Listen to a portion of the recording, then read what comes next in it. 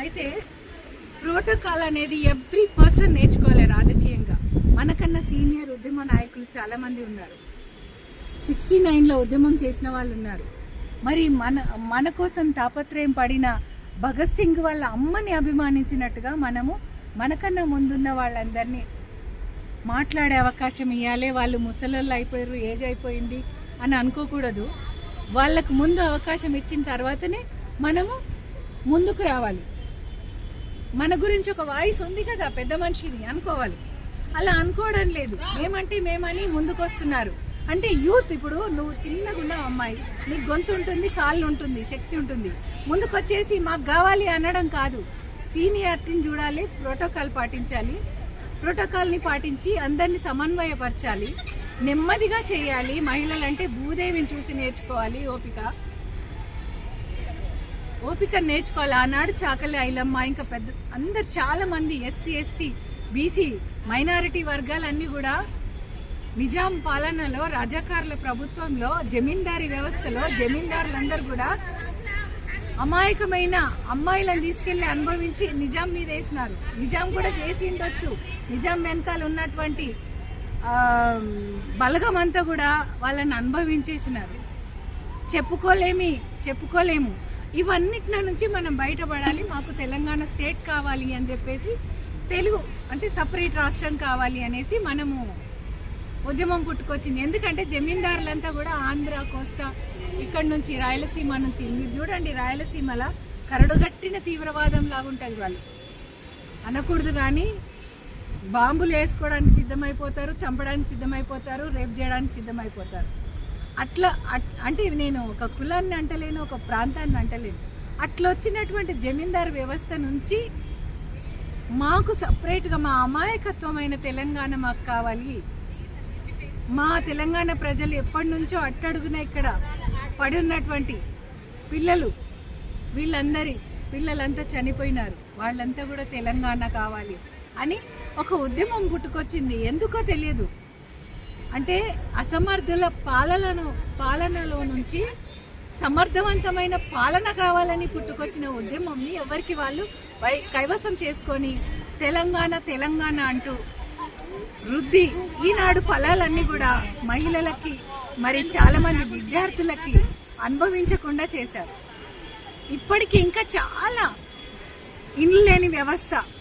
ఇందాక విమల గారు మాట్లాడినారు, చాలా బాగా అనిపించింది. ఏమేమి కావాలి, ఎవరెవరికి ఏమేమి ఇవ్వాలో చెప్పారు.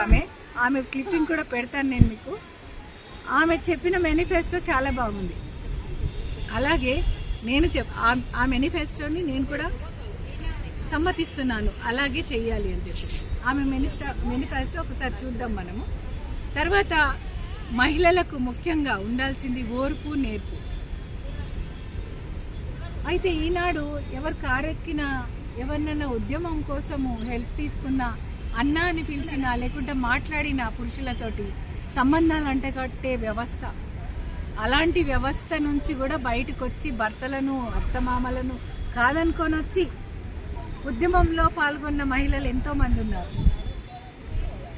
కాబట్టి మన మహిళలకు విలువనిచ్చుకుంటూ స్టూడెంట్స్ తెలంగాణ, జర్నలిస్టుల తెలంగాణ, ముస్లింల Telangana, minority Telangana, SC ST BC Telangana, ఉద్యమకారుల తెలంగాణ ఎక్కడ లేదని చెప్పుదాం. అన్ని చోట్ల నుండి తెలంగాణ ఉద్యమం పుట్టుకొచ్చింది. విద్యార్థుల తెలంగాణ, మరి టీచర్స్ తెలంగాణ, గురువుల తెలంగాణ, మళ్ళీ చూసినట్లయితే సాధువుల తెలంగాణ, బ్రాహ్మణ్స్ తెలంగాణ, ఇలా ప్రతి ఒక్కరు తెలంగాణ ఉద్యమంలో వాళ్ళ యొక్క వంట వార్పు బయటకు వచ్చేసి చేసినారు. అది జేఏసీ పుణ్యమాని. కోదండరామరెడ్డి గారు, మోతే శోభన్ రెడ్డి గారు, తార్నాక బ్యానర్, శ్రీమతి విజయశాంతి గారు, కేసీఆర్ గారు కూడా చేశారు. అయితే ఈనాడు వాళ్ళు ఫలాలు వాళ్ళే మాత్రం వాళ్ళే అనుభవించి మిగతాయి మాత్రం ప్రజల మీద వదిలేసినారు. కాబట్టి ఈనాడు ఇంతమంది ప్రజలు, ఇంతమంది మహిళలు తెలంగాణ యూనిటీ పెట్టిన మనంగానే ఆత్మీయ